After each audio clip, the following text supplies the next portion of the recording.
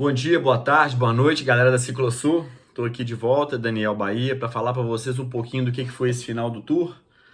É só uma visão assim de coisas diferentes, dos resultados que a gente acompanha em várias mídias. Eu acho legal assim a gente dar uma passada, só para manter isso atualizado. Mas assim, o Tour acabou hoje, sábado. Enfim, uma etapa 20, um contrarrelógio individual que já chegou praticamente definido hoje. O Pogačar tinha uma diferença muito grande, de 5 minutos, quase 6 minutos, sobre o Vingegaard, que era o segundo lugar. E foi um contrarrelógio numa região da França de Bordeaux, das vinícolas, enfim, quem pôde ver o vídeo, fantástico, as estradas lotadas, assim, muito calor. O Pogačar até falou que ele sentiu um pouco dessa temperatura. Ele era, para mim, cotado como um dos favoritos. Chegou bem, mas não tão bem. Ele chegou a 57 segundos do Van Aert, o que é muito, considerando que ele bateu no contra-relógio da quinta etapa por 20 e poucos segundos de vantagem. Então, assim, houve uma diferença. Segundo o próprio Van Aert, a diferença foi porque esse terreno era muito plano, favorecia ele, que é um cara mais potente, assim, tem a força total bruta maior, enquanto o outro contra-relógio que tinha umas subidas, né, umas pequenas rampas, aí esse tipo de terreno favorecia mais o Pogačar, que o ano passado inclusive ganhou o Tour numa etapa como essa, a 20ª, no penúltimo dia. Ele tomou a camisa amarela do Roglic no contra-relógio numa cronoescalada, no Plateau de Bellefille, acho que chamava essa montanha. Bom, hoje foi realmente um dia assim, eu até postei no meu Instagram, quem pôde ver algumas fotos de uma etapa no Tour de France que eu fui em 2017.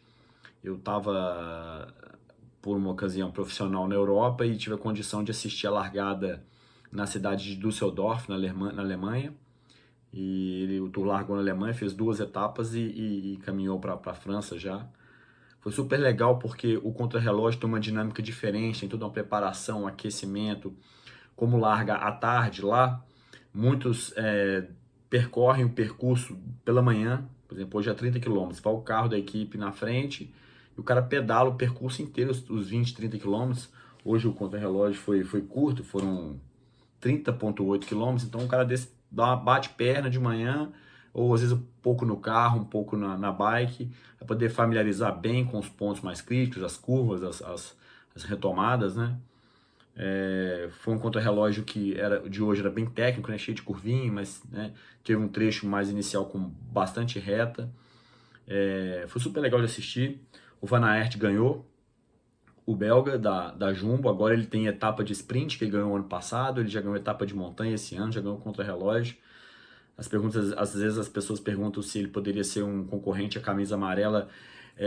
A gente já falou nesse tour de algumas vezes sobre isso, né? Sobre o fenômeno que é esse cara, assim como é o Van der Poel, assim, os caras são diferenciados, essa geração oriunda do cyclocross aí é realmente fantástica, junto com o Pidcock, que vai correr os Jogos Olímpicos agora em cross country, né? Tá andando demais.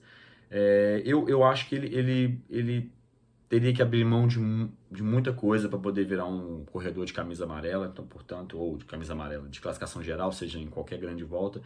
Eventualmente ele pode disputar uma outra, talvez uma volta de uma semana ele possa correr, né? Igual ele ficou em segundo lugar esse ano na Tirreno Adriático, justamente atrás do Pogačar. Mas eu acho que ele não deve abrir mão de correr clássica, eventualmente correr um cyclocross que ele gosta, no off-season, né? Já que a temporada de cyclocross acontece sempre no final do ano.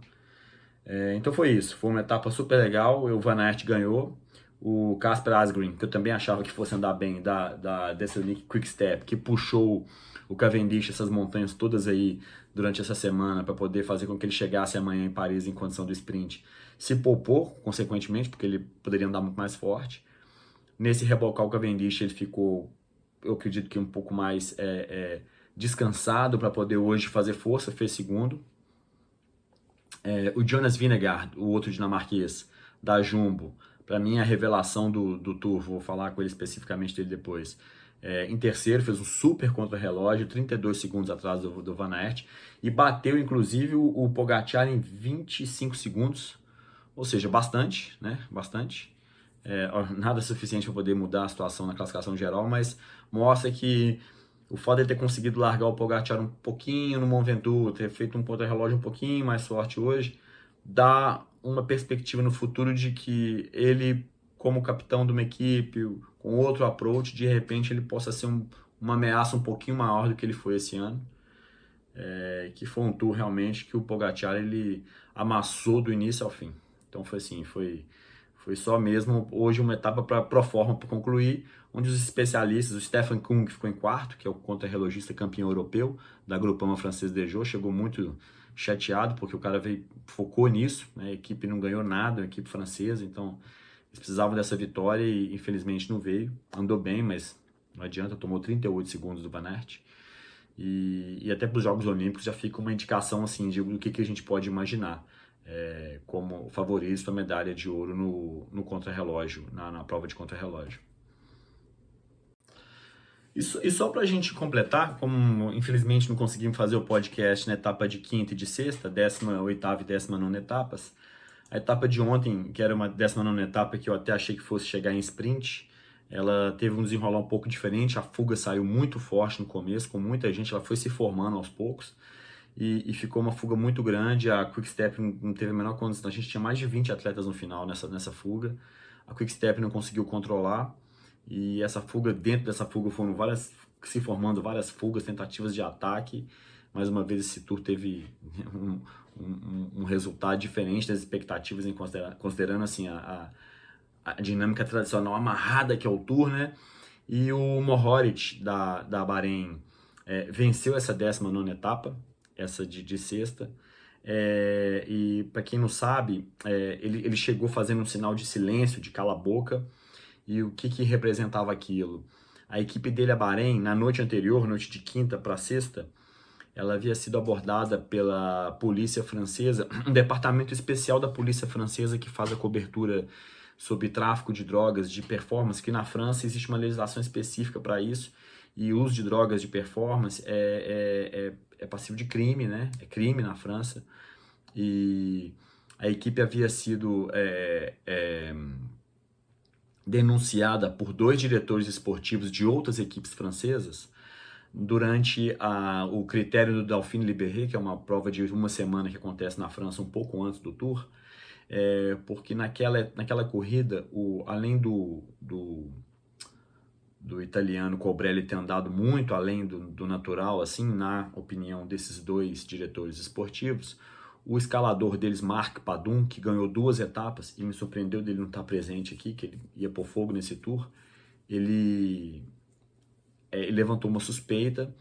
Esses 2 diretores esportivos fizeram a denúncia, simplesmente uma simples denúncia, e na madrugada de quinta para sexta, na noite, né, de quinta para sexta, 50 policiais da polícia francesa, dessa especializada, que eu comentei, chegaram no hotel, abordaram todos os atletas, abriram celulares, invadiram mensagens, foi um pente fino assim, meio invasivo, que deixou bastante chateado a equipe pela conduta, porque só uma denúncia, né, ter gerado todo esse procedimento. E em virtude disso, os caras meio revoltados, ao vencer o Matej Mohoric, que venceu sua segunda etapa, ele fez esse cala-boca, porque realmente os caras se sentiram meio que invadidos, né? Com uma certa razão, eu acredito.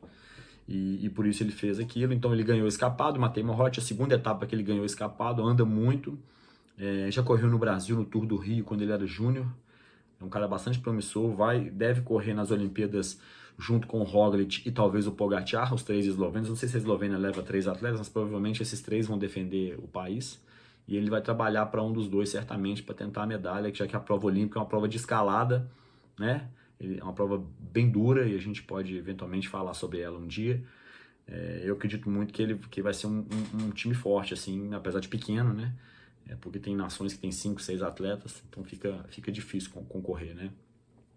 Mohoric ganhou escapado e na camisa verde naquele momento não teve nenhuma alteração, então, ou seja, o Cavendish amanhã ele não perde essa camisa, então o Cavendish vai ser o camisa verde pela segunda vez do Tour de France, mas continua com 34 vitórias empatado com o Ed Merckx, e vamos ver como é que vai ser o desfecho desse filme fantástico aí. Em relação ao Cavendish, no final dessa etapa, correu na internet um vídeo dele mostrando a bicicleta pro técnico, pro técnico de mecânica da equipe. Eles estavam mexendo na caixa de direção da bicicleta, sacudindo, assim, foi a minha interpretação, claro. Ele deu uma sacudida, fez um barulho, tem duas tomadas, tem uma de frente e uma de fundo, a de costas dá para escutar um barulho na caixa, assim. Ele questionando o diretor técnico, né, por que estava acontecendo, provavelmente devia ser um problema recorrente, e ele saiu emputecido, xingou o cara pra caramba, bateu a bike no chão, jogou a bike em cima do cara, saiu batendo sapatilha, entrou pra dentro do ônibus, gritando, assim, no meio de todo o público, todo mundo filmando, assim. A gente não sabe o que aconteceu, se é um problema recorrente, que a bicicleta, né, ocasionou, e o cara, se é um problema, né, se é um problema que ele estressou extraordinariamente, porque provavelmente tinha uma bike em cima do carro auxiliar, uma bike step, né? Então ele poderia ter trocado de bike, mas enfim, a gente não sabe o que aconteceu, mas eu achei muito infeliz da parte do Cavendish que ele fez. Se vocês tiverem a oportunidade de assistir esse vídeo, pode procurar. Se eu tiver um link, eu posto no meu Instagram, eu mando no do Breninho e põe no Ciclosul. Achei muito grosseiro, assim, péssima atitude de um cara que está sendo tão reverenciado nesse tour, né? Depois de tantos feitos, o cara não conseguir lidar nesse momento de estresse com um pouco mais de categoria que um atleta do pedigree dele deveria ter, né? Mas acontece, o cara é temperamental, sempre foi assim, a gente sabe que quem acompanha o ciclismo sabe que foi um milagre ele ter ficado bonzinho esse tour, ele sempre foi um cara muito agressivo, assim, né? Muito rude. Eu acho que essa é uma das prerrogativas para você ser um bom sprinter, é essa agressividade bruta, né? Porque realmente é uma disputa meio guerra naquele meio. E só para a gente finalizar, assim, essa semana que ficou meio perdida em função da gente não fazer os outros episódios, em relação à etapa de quinta-feira, a etapa 18, que foi a de Pau à Luzardidan, né? Aquele Luzardidan que no nosso último episódio a gente falou sobre aquele evento do Lance, que ele estava subindo, era uma montanha no final da etapa, ele acabou agarrando o guidão na sacola de uma espectadora que estava na beira da montanha, caiu, aí ele levantou, tentando recuperar, os outros esperaram mais, num ritmo mais forte, ele morra acima, ele, ele caiu de novo escorregando o taco, recuperou, passou os caras, foi embora e venceu aquela etapa de forma assim assustadora. Naquele dia o Lance bateu o recorde do Luzardidan, eu busquei na internet, ele fez em 35 minutos e 33 segundos. Aí depois os outros bons tempos que a gente teve ali, o Frank Schleck e o Samuel Sanches, do espanhol, fizeram para 37,30 mais ou menos. Isso já em 2011, do Lance foi em 2003. Em 1994, o Miguel Indurain, que foi pentacampeão do Tour, fez em 37,37 também. E o Marco Pantani fez em 37,54. Ontem, ou na quinta-feira, o Pogacar bateu o recorde, botou o segundo melhor tempo naquela montanha, mesmo tendo segurado um pouco os ataques no final, toda aquela disputa com o Vinegar, e depois que o Mas passou, assim, o Mas ia ganhar, ele atacou em cima do Mas, foi embora e partiu para a vitória. Ele fez para 35,48, 45 se não me engano, 12 segundos atrás do recorde do Lance, aquele da sacola. Então foi uma vitória, assim, literalmente para liquidar qualquer expectativa de concorrência que ele pudesse ter. Foi uma demonstração de força brutal, o que de alguma forma ou de outra incomoda demais a imprensa, sobretudo esportiva francesa, que é detentora do Tour de France, né, como um bem do país. E em função disso, inevitavelmente as especulações que já haviam caído sobre a equipe da Bahrein Victorious em função desse desempenho extraordinário que eles estão tendo no Tour, esse do Pogacar realmente ele entrou no alvo, tanto que ele já chegou a ser vaiado nessa subida do Luzardidan por várias pessoas. Assim, quando um atleta ele tem essas demonstrações de força extraordinárias, tende a acender a luz amarela do doping, né, de todo esse contexto, o que é uma pena, a gente nunca sabe de nada, e eu, como amante do ciclismo, eu espero fortemente que tudo seja um boato, assim. Os números, as análises que eu tenho visto sobre a velocidade que ele está subindo, existe uns cálculos, ele não está mostrando os números dele, ele está escondendo todos os dados de potência para todo mundo, e isso realmente é muito questionado, é uma estratégia dele, ele tem um direito. Ele, no Strava dele, se a gente entrar, você pode entrar no Pogacar lá e procurar, você vê tudo, menos frequência cardíaca e potência, esses são números que ele mantém oculto. Eu acho que os números relativos nesse cálculo que eles fazem em relação à velocidade, peso, etc., existem vários algoritmos para isso, mostram números de potência relativamente viáveis, ou seja, não tem nada de extraordinário, são números menores que da época dos anos 2000, onde realmente o escândalo de doping foi muito forte no ciclismo internacional, né, no profissional. Então, assim, igual eu falei, eu torço para dar tudo certo, não ter nada acontecendo, porque seria péssimo, né, para o esporte, que consegue se recuperar, ter grandes patrocínios, grandes atletas, grandes contratos, né, entra nessa espiral positiva, um escândalo gigante, nível Festina, Operação Puerto e Lance Armstrong, vários escândalos grandes que tiveram na história, seria um passo para trás, acho que desnecessário. Ele ganhou essa etapa, com isso, ele, como a pontuação no final da montanha, HC que é 20, quando você ganha na chegada dobra, vira 40, ele tomou a camisa de rei da montanha, e aí me perguntaram, primeira vez? Não, ano passado ele já havia ganho, então o Pogacar ele conseguiu, ele vai chegar em Paris amanhã, dono da camisa de rei da montanha, ele conseguiu botar 19 pontos no Volpolls, da Bahrein, e está com 107 pontos, então ele vai ser o rei da montanha, o melhor jovem, obviamente, que ele tem 22 anos. O Vinegar tem 24, o Vinegar o ano que vem já não corre pela branca, então provavelmente se o Pogacar alinhar o ano que vem do jeito que vai, a chance dele levar a branca é grande, né? Porque eu não vejo nenhum outro jovem em condições de disputar com ele. A imprensa, de uma certa forma, bota muita esperança no Remco Evenepoel, da Quick-Step. Eu ainda não acredito que ele tenha capacidade de concorrer contra é uma opinião, né, claro. Eu acho que ele ainda não tem condições, ele tem muito a provar, ele é um talento, fechar um contrato com ele em função dos números que ele consegue fazer, dos resultados das poucas provas que ele ganhou, foi a clássica de San Sebastián que ele ganhou escapado, junto da Polônia do ano retrasado também, ele atacou faltando 70 quilômetros, no dia depois que o sprinter da equipe dele havia quebrado o rosto naquela grade, né, o Fábio Jacobsen, né, então, ele tem potencial, o Renko, mas o Pogacar já é uma realidade. Eu acho difícil do Renko rivalizar com ele no momento. Então é isso, a gente matou essas últimas 3 etapas, a 20ª contra relógio, a 19ª aquela chegada plana que o Matej Mohoric ganhou do cala a boca, e essa 18ª etapa que foi a etapa do Luzardidan, que o Pogacar massacrou, bateu, levou e consolidou a vitória dele no Tour de France, o seu bicampeonato, já entra no hall dos grandes, né? E realmente mereceu, porque ele dominou a prova, não deu trégua, a equipe correu taticamente muito bem, na última semana super sólida a UAE, então é muito legal ver onde esse cara chegou, assim, e imaginar onde ele pode chegar só com 22 anos, né? Dá pra gente uma esperança, uma expectativa fantástica. Finalizando então o Tour de France, amanhã a gente vai ter uma etapa de sprint em Paris, na Champs-Élysées, na avenida no centro da cidade, e é uma etapa destinada aos sprinters, realmente. Acho que o Cavendish e a Quick-Step vão com tudo para essa vitória, realmente vai ser a briga do dia. Eu acho que os outros 3, 4 postulantes ali, o Colbrelli, o Matthews, o Jacobsen da Fênix e o próprio Van Aert, que já falou hoje que vai tentar brigar para o sprint amanhã, serão as ameaças para o Kev. Acho que vai ser uma disputa intensa, assim, apesar da realmente a Quick-Step saber fazer muito bem feito esse trem, essa chegada, tá com a faca e o queijo na mão, mas é uma coisa expectativa, outra coisa é realidade.